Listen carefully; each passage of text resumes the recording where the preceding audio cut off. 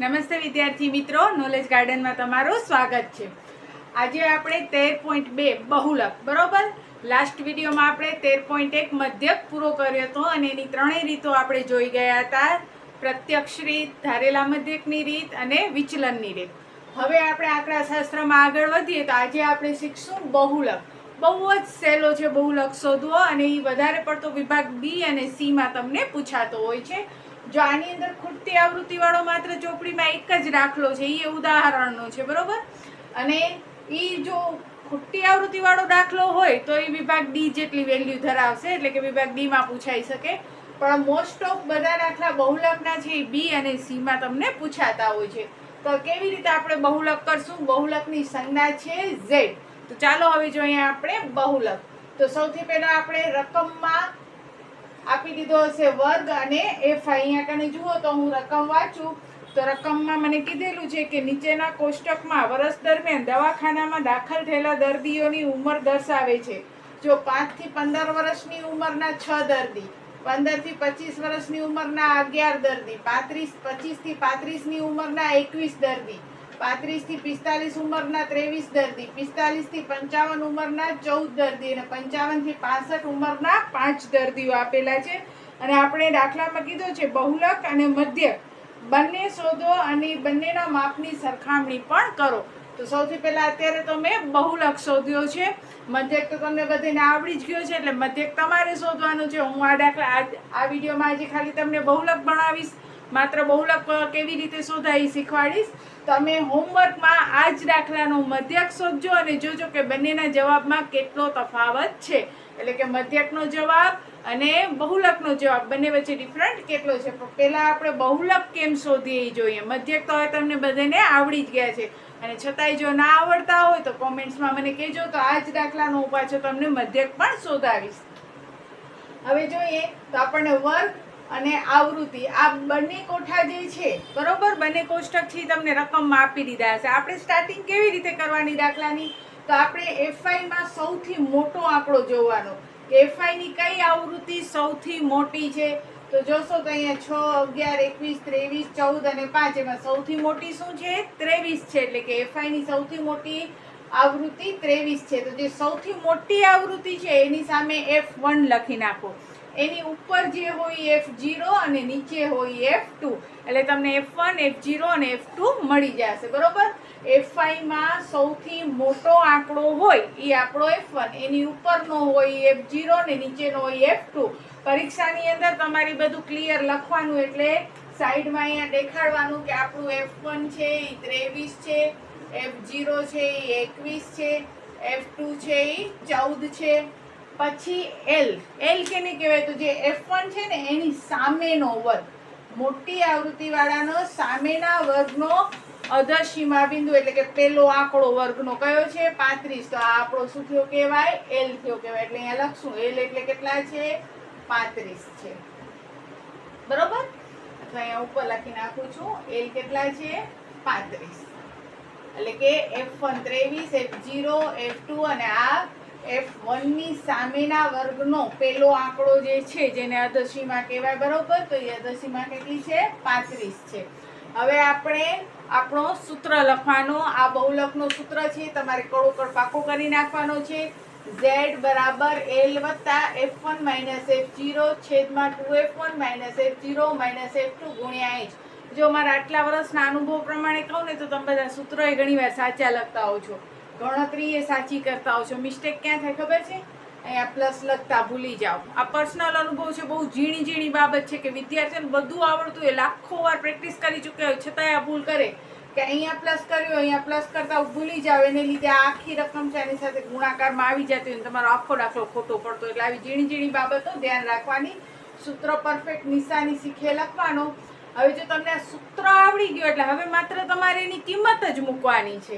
તો હવે આપણે કિંમત મૂકીએ તો જો L, તો L કેટલા છે? 35. તો L ની જગ્યાએ લખ્યા 35. આપણે Z તો આપણે શોધવાનું છે બરોબર. પ્લસ તો પ્લસ, મોટા કૌંસની અંદર F1 એટલે કેટલા છે? 23. માઇનસ તો માઇનસ F0 કેટલા છે? 21. પછી છેદમાં 2 વળી F1 હવે 2 અને F1 એટલે બંને વચ્ચે ગુણાકારનો સંબંધ થયો એટલે 2 ગુણ્યા 23 કૌંસની અંદર બારની રકમ હંમેશા ગુણાકારમાં હોય એટલે આ 2 ના 2 અને F1 ની જગ્યાએ હું કેટલા લખી નાખીશ 23 માઇનસ તો માઇનસ F0 તો F0 જુઓ કેટલા છે 21 છે અને F2 કેટલા છે 14 છે બરોબર બંને બાજુ મેં લખેલા છે અને h એટલે વર્ગ લંબાઈ હવે વર્ગ લંબાઈ તો તમને બધાને આવડી જ છે 15 માંથી 5 બાદ કરો 25 માંથી 15 બાદ કરો આમાં વર્ગ લંબાઈ હંમેશા સરખી જ હશે એટલે h બરાબર કેટલા આવશે 10 હવે આ રકમને કાંઈ નથી કરવાનું આપણે એમને એમ રાખવાની 35 વત્તા કૌંસની અંદર ને સાદું રૂપ આપો 23 માંથી 21 જાય તો 2 પછી 23 દુ 46 આ બંનેનો ગુણાકાર હવે અહીંયા બે મેથડ થશે 23 દુ 46 કરી 46 માંથી પહેલા 21 બાદ કરો પછી જે રકમ બચી છે એમાંથી પાછા 14 બાદ કરો તો પણ તમારો જવાબ 11 જ આવશે અને આમ પણ કરી શકો 23 દુ 46 એમાંથી આ બંને રકમ બાદ કરવાની છે બંને રકમ એટલે 21 અને 14 બંને એટલે 21 ને 14 એટલે બંને મળીને કેટલી થાય 35 થાય એટલે 23 દુ 46 ને આ બંનેનો સરવાળો મેં શું કરી નાખ્યો માઇનસ કારણ કે બે રકમ માઇનસ હોય તો સરવાળો કરી અને નિશાની માઇનસ ની આપણે રાખતા હોઈએ તો જો બે મેથડ 23 દુ 46 એ 46 માંથી પહેલા 21 બાદ કરો જે જવાબ આવે એમાંથી 14 બાદ કરો તો પણ સાચો અને 23 દુ 46 એમાંથી આ બંને રકમનો સરવાળો બાદ કરી નાખો તો પણ તમારો જવાબ 11 જ આવશે અને ગુણ્યા 10 હવે 11 ને 10 ઉડતા નથી 2 અને 10 ન ઉડાડાય કારણ કે બંને અંશમાં છે 11 અને 10 ઉડતા નથી એટલે આપણે શું કરશું અંશ સાથે અંશનો ગુણાકાર એટલે 2 ગુણ્યા 10 એટલે કેટલા થાય 20 છેદમાં 11 આ 35 વત્તા તો એમના એમ જ છે 20 ભાગ્યા 11 કરો તો 1.81 1.81 35 માં ઉમેરો તો 36.81 તો આપણો બહુલક આવશે 36.81 અથવા 36.8 જે લખવું હોય તે હવે આ આપણો બહુલક મળી ગયો આ જ દાખલાનો તમારે મધ્યક શોધવાનો છે અને એનો શું જવાબ આવે છે એ અહીંયા લખવાનો છે કે મધ્યકનો તમારો શું જવાબ આવ્યો અને બંને વચ્ચે કેટલો તફાવત છે એ પણ તમારે શોધવાનો છે તો હવે મધ્યક આ દાખલાનો તમારે શોધવાનો છે કારણ કે આપણે મધ્યકની રીતના દાખલા કર્યા છે અને જો તમને મધ્યક ના આવડે તો મને કોમેન્ટ્સમાં કહેજો અથવા મેસેજ કરજો તો હું તમને ફરીથી આ દાખલાનો મધ્યક શોધાવીશ તો હવે આપણે જઈએ આપણા દાખલા નંબર 2 માં તો જોઈએ આપણો દાખલા નંબર 2 એની અંદર કીધું છે આયુષ્ય કલાકમાં આપી છે એના વર્ગ છે 0 થી 20 20 થી 40 40 થી 60 60 થી 80 80 થી 100 ને 100 થી 120 અને એની આવૃત્તિ આપી છે 10 35 52 61 38 ને 29 બરોબર હવે સૌથી પહેલા આપણે અક્ષરા કહેશે કે અક્ષરામાંથી સૌથી મોટો આંકડો કયો છે હા સૌથી મોટો આંકડો છે 61 બરોબર 52 ની કેટલા છે 61 છે જે સૌથી મોટો આંકડો હોય એ આપણા માટે શું થઈ જશે F1 એની ઉપરનો હોય F0 નીચેનો હોય F2 હવે આપણે અહીંયા સાઈડમાં લખી પણ લઈએ કે F1 એટલે છે 61 F0 છે એટલે 52 અને F2 એટલે 38 હવે L કેટલું હશે આપણું તો L સૌથી મોટી આવૃત્તિ હોય એનો વર્ગનો પહેલો આંકડો એટલે કે 60 બરોબર આટલું તો બધાને બરોબર સમજાઈ ગયું હશે કારણ કે આ સાવ સિમ્પલ દાખલા છે સૌથી મોટો આંકડો હોય F1 એની ઉપરનો 0 ને નીચેનો 2 અને F1 ની સામેના વર્ગનો પહેલો આંકડો આપણો L વર્ગ લંબાઈ કેટલી છે 20 20 ની છે બરોબર જુઓ 20 માંથી 0 જાય 20 40 માંથી 20 જાય 20 60 માંથી 40 જાય 20 એટલે વર્ગ લંબાઈ 20 સૂત્ર લખેલો આપણો તૈયાર જ છે હવે માત્ર કિંમત મૂકી અને સાદું રૂપ આપવાનું છે L L કેટલા છે આપણા કને આમાંથી જુઓ અથવા આમાંથી જુઓ બરોબર પરીક્ષામાં તમારે આ બધું એકવાર લખવાનું પછી સૂત્ર લખવાના મધ્યકના દાખલામાં એવી રીતે કરવાનું L એટલે છે 60 વત્તા F1 એટલે કેટલા છે 61 F0 કેટલા છે 52 પછી 2 ના 2 F1 એટલે 61 F0 એટલે 52 અને F2 એટલે 38 અને એને ગુણ્યા h એટલે 20 આ 60 ને તો આપણે કંઈ કરવાનું નહીં એમ જ રાખી દેવાના 61 માંથી 52 બાદ કરો તો કેટલા રહેશે 9 અને છેદમાં 61 એટલે 122 બરોબર 61 122 માઇનસ આ બંને રકમ બાદ કરો તો 50, 60, 70, 80 ને 90 એમાંથી બાદ કરવાના અને ગુણ્યા 20 એમના એમ.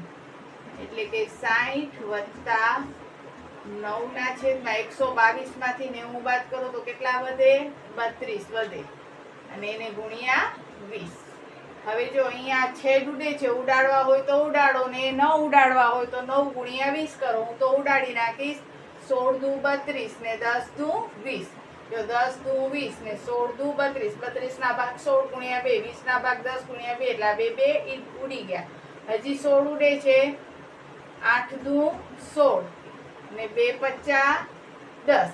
તો અહીંયા વળી બે ઉડી ગયા. એટલે હવે મારા કને રહ્યો શું? તો z બરાબર 60 વત્તા અહીંયા ઉપર રહ્યા 9 અને છેદમાં રહ્યા 8. બરોબર? જો અહીંયા 20 હતા, બરોબર? તો અહીંયા મેં 122 માંથી 90 બાદ કરે તો 32. 32 ના ભાગ પાડ્યા 16 દુ 32. 20 ના ભાગ પાડ્યા 10 દુ 20 એટલે બે ઉડી ગયા. વળી 16 અને 10 ના ભાગ પાડ્યા. 16 ના ભાગ પાડ્યા 8 દુ 16 ને 10 ના ભાગ પાડ્યા 2 50 10. એમાં બે ઉડી ગયા એટલે અહીંયા 8 રહ્યા અને હજી અહીંયા ગુણ્યા 5 રહી ગયા. નહીં તો જોઈ ભૂલાઈ જાય. 60 વત્તા 9 ના છેદમાં 8 ગુણ્યા 5. આ આંકડો રહી ગયો, આ આંકડો રહી ગયો ને આ આંકડો રહી ગયો. એ મેં અહીંયા લખ્યા. હવે 60 વત્તા 9 પચ્ચા 45. કારણ કે હવે આ બેના છેદ ઉડતા નથી એટલે એ બેનો ગુણાકાર કરવાનો ને છેદમાં 8. એટલે 60 વત્તા 45 ભાગ્યા 8 કરો. 8 પચ્ચા 40 વધ્યા 5 એટલે પોઈન્ટ. એટલે 50. 8 6 48 20 વધ્યા એટલે 8 દુ 16 એટલે 65.62 તમારો Z નો જવાબ ફાઇનલી આવશે. હવે જો તમને છેદ ઉડાડવામાં પ્રોબ્લેમ થતી હોય તો એ વિદ્યાર્થીઓએ 9 122 માંથી 90 બાદ કરે તો 32. આવી રીતે 9 ના છેદમાં 32 ગુણ્યા 20. પછી 9 દુ 18. 9 દુ 18 એટલે 180 ભાગ્યા 32 કરવાના. તો એ તમારો જવાબ 5.62 જ આવશે. બરોબર? જેને છેદ ન ઉડાડવા હોય એને શું કરવાનું? 9 ગુણ્યા 20. આ જે છે 9 ગુણ્યા 20 એટલે 9 ગુણ્યા 20 એટલે 180 ને આ બંનેની બાદ બાકી એટલે છેદમાં 32. 180 ભાગ્યા 32 કરી અને એમાં પછી આ 60 ઉમેરી દેવાના. તો એ જવાબ તો તમારો આ જ આવશે. તો આ હતો આપણો બહુલકનો બીજો દાખલો. બરોબર? આમાં પણ તમારે મધ્યક શોધવાનો છે. હવે જો કોઈ પણ બહુલકના દાખલા હોય ને એમાંય તમે મધ્યક શોધજો એટલે તમારી પ્રેક્ટિસ થાય. તો આજે બસ આ બે દાખલા બહુલકના. આશા છે તમને બધાને સમજાઈ ગયો હશે. કારણ કે બહુલક એકદમ સિમ્પલ છે. એની અંદર આપણે કોઈ એક્સ્ટ્રા ખાના બનાવવાના નથી. માત્ર જે બે ખાના છે એમાં F1, F0, F2 અને L શોધવાનો છે અને સૂત્રમાં એની કિંમત મૂકી અને સાચો સાદુરૂપ આપવાનું છે. તો બસ આજના વિડીયોમાં આટલો. ત્યાં સુધી જય હિન્દ, જય ભારત. સૌ ભણે સૌ આગળ વધે.